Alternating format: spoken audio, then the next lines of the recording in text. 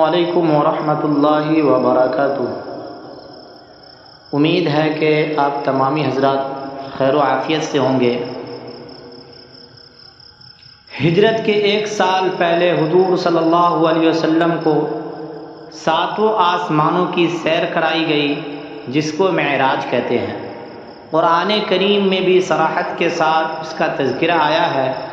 جب آپ کی عمر مبارک 51 سال 9 ماہ ہوئی تو رات کے وقت آپ کو مسجد حرام لایا گیا اور زمزم اور مقام ابراہیم کے درمیان سے براق نامی سواری پر حضرت جبریل علیہ السلام کے ساتھ بیت المقدس تشریف لائے۔ یہاں آپ نے تمام انبیاء کرام علیہ السلام کی امامت فرمائی۔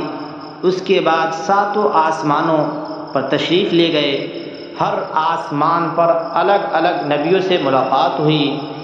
7 آسمان کے بعد سدرۃ المنتہا تک حضرت جبریل علیہ السلام کے ساتھ رہے۔ اس کے بعد آپ تنہا آگے بڑھے اور اس مقام تک پہنچے جہاں تک فرشتے بھی نہیں جا سکتے۔ یہاں آپ کو اللہ کی دیدار اور ہم کلامی کا شرف حاصل ہوا اور یہیں 5 نمازیں تحفے میں دی گئی۔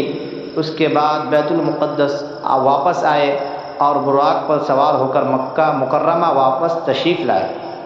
اس اہم سفر میں آپ صلی اللہ علیہ وسلم نے اللہ تعالیٰ کی بڑی بڑی نشانیاں دیکھی، جن کے متعلق اللہ تعالیٰ نے فرمایا کہ ان کی آنکھ نہ کسی طرف مائل ہوئی اور نہ ہی حد سے آگے بڑھی۔